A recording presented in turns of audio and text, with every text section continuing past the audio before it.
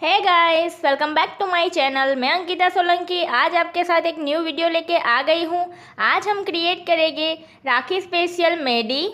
ये मेहंदी एक बहुत ही आसान तरीके से मैंने क्रिएट की है, तो इसी तरह से आपको नहीं आती है मेहंदी लगानी तो भी आप इसी तरह से आसान तरीके से मेहंदी क्रिएटिविटी कर सकते हो और घर पे ही आप हाथों में अपने ड्रॉ कर सकते हो। अगर आपको आज का वीडियो हेल्पफुल लगे तो एक लाइक कर दे इस वीडियो को। उसके बाजू में जो शेयर का बटन है उसे शेयर भी कर सकते हो आप वीडियो अपने फ्रेंड्स के साथ, और कमेंट सेक्शन में कमेंट करके मुझे बोल सकते हो।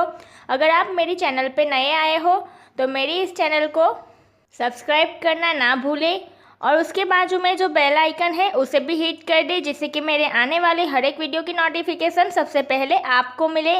ऐसे ही अच्छे अच्छे वीडियो लेके मैं हर रोज़ आती रहूँगी, तो मेरे इस चैनल को ज़रूर फॉलो करें। तो चलिए स्टार्ट करते हैं आज का वीडियो मेहंदी क्रिएटिविटी से।